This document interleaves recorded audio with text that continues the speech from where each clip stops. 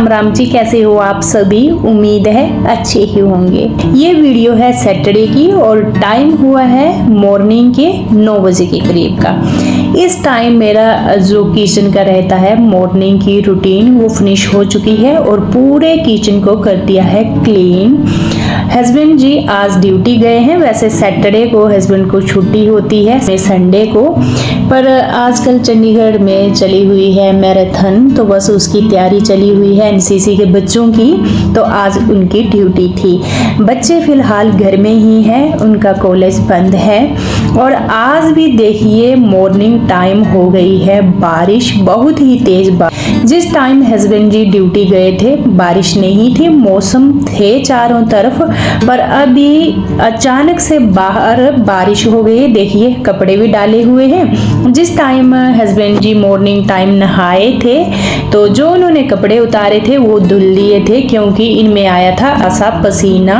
Morning time हम गए थे मॉर्निंग वॉक को। बहुत दिनों बाद आज सुबह सुबह हमें मौसम मिला था बिल्कुल साफ, तो मॉर्निंग वॉक के लिए गए थे। पर अभी ही इतनी तेज बारिश हो गई 9 बजे के करीब अचानक से। और जो ये कपड़े थे मैंने ना थोड़े के ग्रिल में डाल दिए हैं। हमारी जो यहाँ बालकनी है इसके ऊपर छज्जा है, तो थोड़ी बारिश ना कम आती है पीछे ग्रिल पर। और ये छज्जा लगवाया हमने खुद से ही लगवाया, क्योंकि पहले जब बारिश होती थी तो हम बालकनी में खड़े भी नहीं हो सकते थे, बारिश सीधा अंदर आती थी। इस छज्जा लगाने से हमें बहुत ही राहत मिली है, हम बारिश का एंजॉय भी ले सकते हैं। और साथ में आपके क्वेश्चन थे ये नेट क्यों लगाया है। फ्रेंड्स यहाँ पर कबूतर इतने होते हैं, इन्होंने परेशान करके रखा था। जब भी कपड़े डालने इनके ऊपर पोटी कर जाते थे, कोई सामान बाहर रखते थे हम पीने वाला, उसके ऊपर भी गंद डाल जाते थे। यहाँ तक तो जो मेरे फ्लावर पॉट है उनको भी इन्होंने खराब करके रख दिया था। बाहर जो मेरे प्लांट रहते हैं उनके अंदर अंडे दे जाते थे। अगर अंडे ना दे तो वो पूरे प्लांट को खोद कर उनकी जड़ें निकाल देते थे, और उनकी वजह से कुछ एक मेरे पे सूख गए थे। तो यहाँ पर इसी रीजन से हमने नेट लगवाया हुआ है बाहर, और बाहर का मौसम हो गया है बारिश वाला। तो चलिए जी, जो क्लीनिंग रहती है वही करूँगी। आज मैंने सारा काम स्लो किया, क्योंकि बच्चों को छुट्टी थी और मॉर्निंग वॉक गए, बाद खाना बनाया, हस्बैंड को भेजा और क्लीनिंग का काम अभी ही मैं निपटा रही हूँ। और सारे बेड मैंने झाड़ दिए हैं। जो बच्चों वाला बेड है वो बच्चों ने ही झाड़ दिया, बाकी बालकनी वाला जो बाहर वाला बेड है और अपना अभी मैंने समेटा। इसके बाद लगाऊंगी झाड़ू, पूरा घर डस्टिंग करूंगी। और मौसम की अगर मैं बात करूं, आजकल ऐसा मौसम हो रखा है अगर फैन चलाएं तो एकदम से नाक बंद हो जाता है, बुखार और जुकाम लगने लग रहा है। हर किसी को बस यही प्रॉब्लम आ रही है। और अगर फैन बंद कर दें तो गर्मी लगने लग रही है। बस कुछ ऐसा ही मौसम है, इस मौसम की कोई समझ में नहीं आ रही है। और यहाँ पर मैंने अंदर रूम में झाड़ू लगाया है, पहुँची हूँ लिविंग रूम में। यहाँ पर भी करूँगी डस्टिंग। और इसके बाद वैसे आज मेरे को बाहर भी झाड़ू लगाना है, सैटरडे है, आराम से वहाँ पर झाड़ू लगाऊंगी। मिट्टी आजकल बहुत ज़्यादा आ रही है फ्रेंड्स। जब बारिशें आपको पता है यहाँ भी अच्छी खासी बारिशें हुई, पर परमात्मा का शुक्र रहा यहाँ कोई नुकसान नहीं हुए। बारिशें तो फिर भी यहाँ अच्छी खासी हो रखी हैं।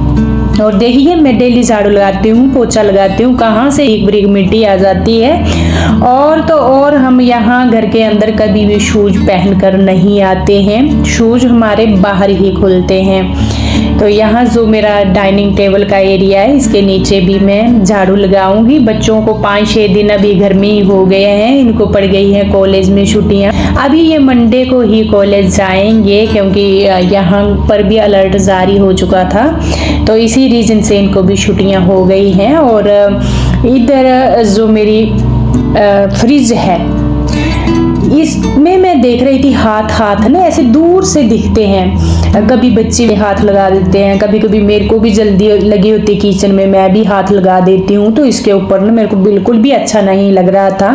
और ये फ्रिज हमारी लिविंग रूम में रहती है, यहाँ कोई आते जाते कुछ भी है तो सीधा नज़र इसके ऊपर जाती है। तो मैंने कॉलिन ले लिया था और पूरी फ्रिज के ऊपर ना डल के करके कॉलिन की सहायता से पूरी फ्रिज को किया था साफ। और ये बहुत ही ज़रूरी है, जो पूरी साफ की ना चमक जाती है, बिल्कुल ऐसे लगता है अभी फ्रिज लाए। और हाथ जब लगते हैं तो दूर से बिल्कुल भी अच्छे नहीं लगते और सीधा दिखते हैं वो। बाकी मैं जाऊंगी इसके बाद अंदर, जो ये ड्रेसिंग शीशा है इसको भी करूंगी क्लीन।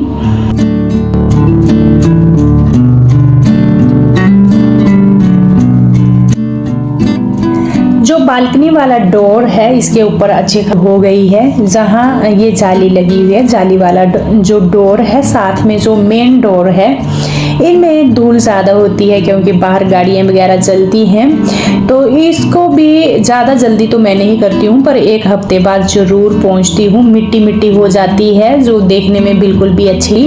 तो सूखे कपड़े से मैंने इसको भी पोंछ दिया था। जब मेरे को ना ऐसे फ्री टाइम और बिल्कुल ऐसे लगे कि अभी मेरे को जल्दी नहीं है, तो बीच में मैं ये थोड़े काम निपटाती हूँ, जिससे ना एक दिन के लिए काम बिल्कुल नहीं बढ़ता है और घर भी हमारा साफ सुथरा रहता है। अभी मेरे को झाड़ू पोछा लगाना था, 3 चीज़ें मैंने एक्स्ट्रा कर ली, जैसे फ्रिज को साफ कर लिया, बाहर से जो शीशे थे उसके ऊपर भी तेल लगा हुआ था, अच्छे नहीं लग रहे थे, उनको पोंछ दिया। साथ में ये जो बाहर वाला डोर है इसको भी और बालकनी वाले डोर को भी साफ कर दिया है। तो बस यही बीच में 1-2 चीज़ें मैं ऐड करती रहती हूँ। और आज मैंने बाहर भी पूरी सीढ़ियों पर झाड़ू लगाया। देखिए कितनी मिट्टी गिरती है, यहाँ पर इतनी मिट्टी आती है, पूरी सीढ़ियों पर मिट्टी हो रखी है। और बारिश मैं दिखाऊंगी आपको कितनी तेज बारिश हो रखी है बाहर। यहाँ बारिश हो गई है इतनी तेज।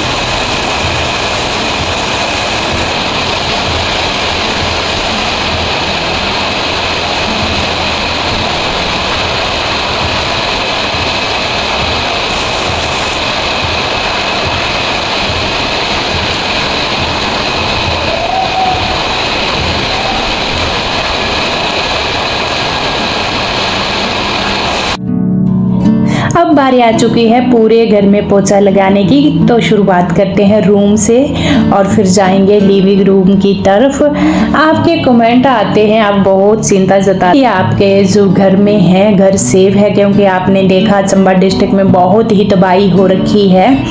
और आपकी मम्मी जी कैसे हैं? तो सिस्टर मेरी मम्मी जी अभी ठीक हैं फिलहाल, पर मैं खतरे की बात करूं तो अपने घर में ही रह रहे हैं अभी, पर टला नहीं है खतरा, क्योंकि दीदी हो रही है। बीच में 1 दिन के लिए रुकी थी बारिश, फिर भी बारिशें हो रही हैं और खतरा तो बना हुआ ही है। जगह जगह से पहाड़ धंस गए हैं, अभी भी मिट्टी के कटान हो रहे हैं, मिट्टी गिर रही है, पानी रावी नदी में उतना ही छोड़ा हुआ है, बारिश रुकने का नाम नहीं ले रही है।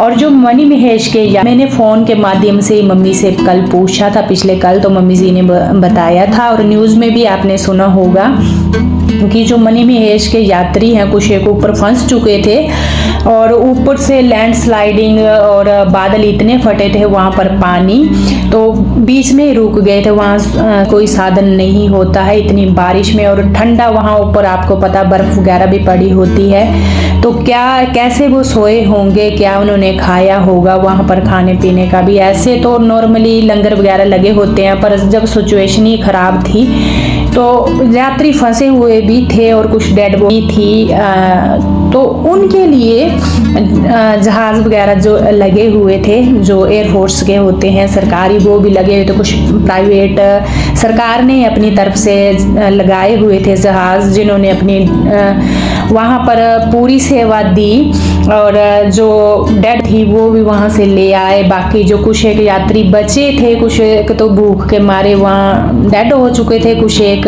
मौसम के कारण, और कुछ एक जो बचे हुए थे किस्मत की वजह से उनको ले आए हैं वापस जहाज़ के माध्यम से, हेलीकॉप्टर के माध्यम से नीचे उतार करके। और बस है वहाँ का। आपने चिंता जताई थी बार बार कि आप बताइए अपने वहाँ का, तो कुछ ऐसी कंडीशन है मणिमहेश यात्रियों की जो कुछ एक फंसे थे, डेड बॉडियाँ भी निकाल कर ले आए हैं, पर वहाँ पर बहुत ही मौतें हुई हैं। कुछ एक जो कमल कुंड है ऊपर, वहाँ तो 30 लड़के और लड़कियों की टीम गई थी, उनमें से एक बचा हुआ था, उसकी भी टांगे नहीं थी। उसने अपने मुंह से बोला था कि हम 35 जने आए थे जिनका एक जने का भी नामो निशान नहीं है, और ऊपर से बादल फटे, उनकी तो एक इतनी सी निशानी नहीं दिखी। सिर्फ जो बड़ा हुआ था जिसकी टांगे नहीं थी उसने बताया कि यहाँ हम 35 जने आए थे, बाकी पता नहीं कितने हैं, तो आप खुद ही समझ लीजिए। मैंने पूरे घर में लगा दिया है पोछा, और बाहर का मैं आपको दिखाती हूँ क्या हाल हो रखा है मौसम।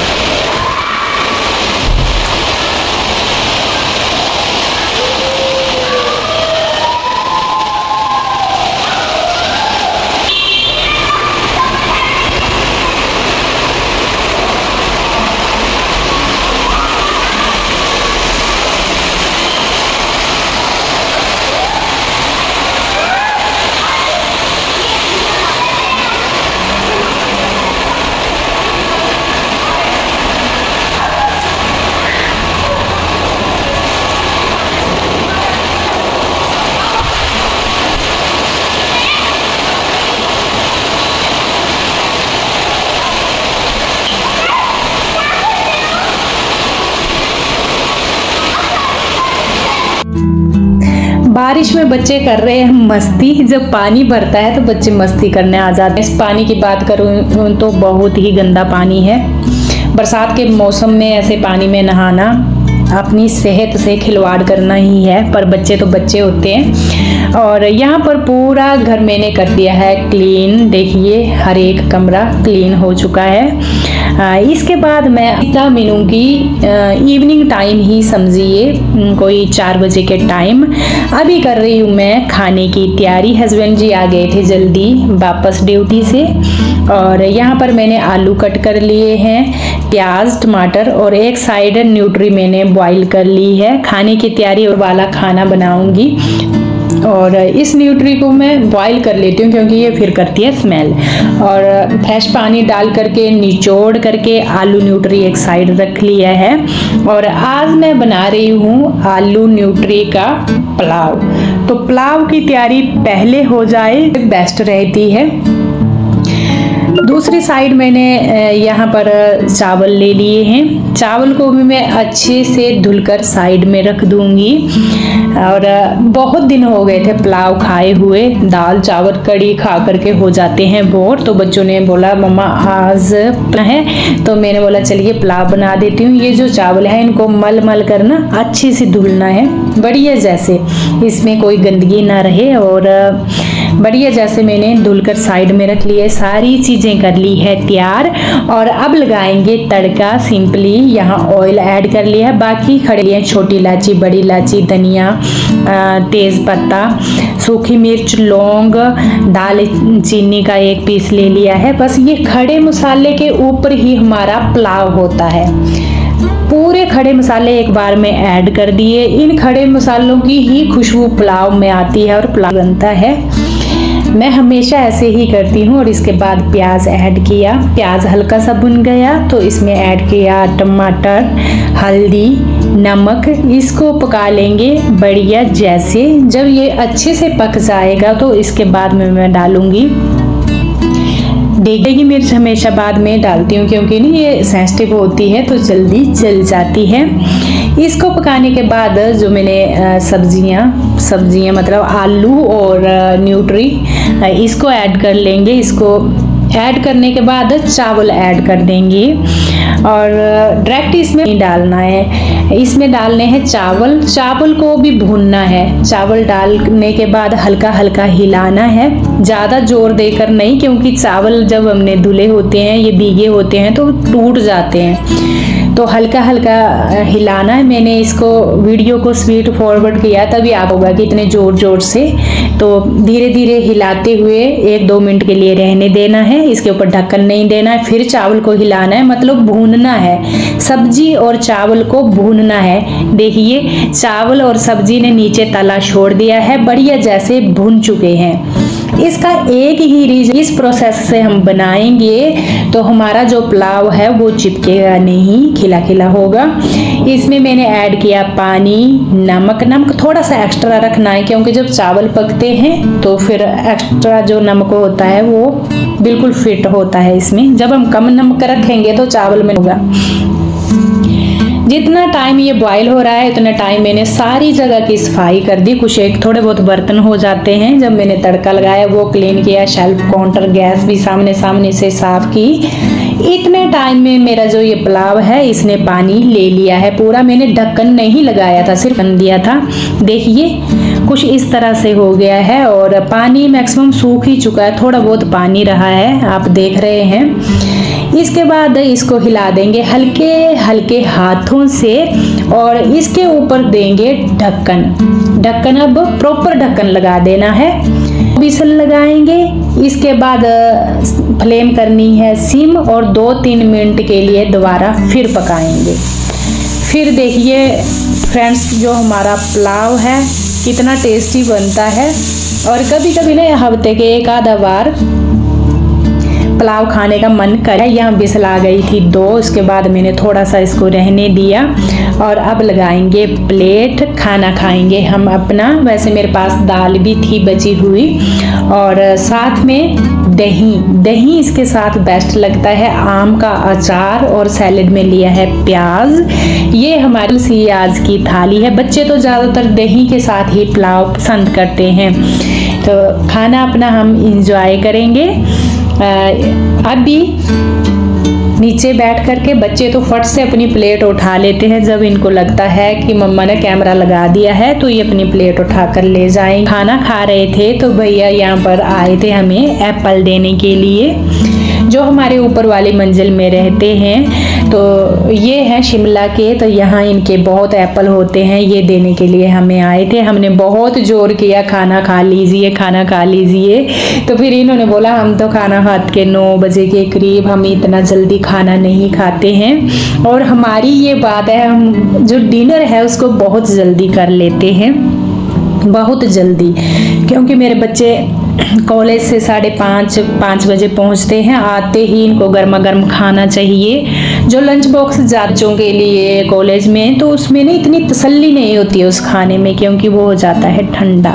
तो फिर इवनिंग टाइम का खाना हम जल्दी ही खाते हैं। हस्बैंड भी इस टाइम ड्यूटी से आ जाते हैं और जल्दी खाना खाना भी हमारी हेल्थ के लिए सबसे बेस्ट है। खासकर जो डिनर है, डिनर जल्दी ही चाहिए। फिर इसके बाद खाना खाते ही ना हम लेट खाएंगे, सोने जाएंगे तो हेल्थ के लिए बिल्कुल अच्छा नहीं है।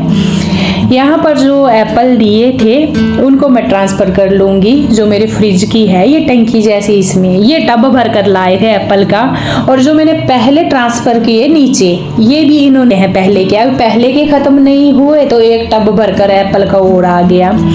तो ये जो एप्पल होते हैं ये गोल्डन एप्पल बोला जाता है इनको, और सबसे लंबे टाइम के लिए चलते हैं। जब ये एप्पल का सीज़न ख़त्म हो जाता है तो इस एप्पल को स्टोर करके आप फ्रिज में रख दीजिए, अच्छे खासे महीने ये चल खराब नहीं होते हैं। ये जो गोल्डन एप्पल होता है, जो रेड कलर वाला एप्पल होता है वो थोड़ा जल्दी खराब होता है। तो ये मैंने फ्रिज में रख दिए हैं फिलहाल, धीरे धीरे खाते रहेंगे। हस्बैंड जी भी जब लंच बॉक्स लेकर जाते हैं तो 1-2 एप्पल जरूर साथ में लेकर जाते हैं। भी थे मैंने यहाँ रख दिए हैं फ्रिज में। बाकी जो पहले के थे उनको थोड़ा मैं साइड करके रख दूंगी, फ्रिज भर चुकी है एप्पल से।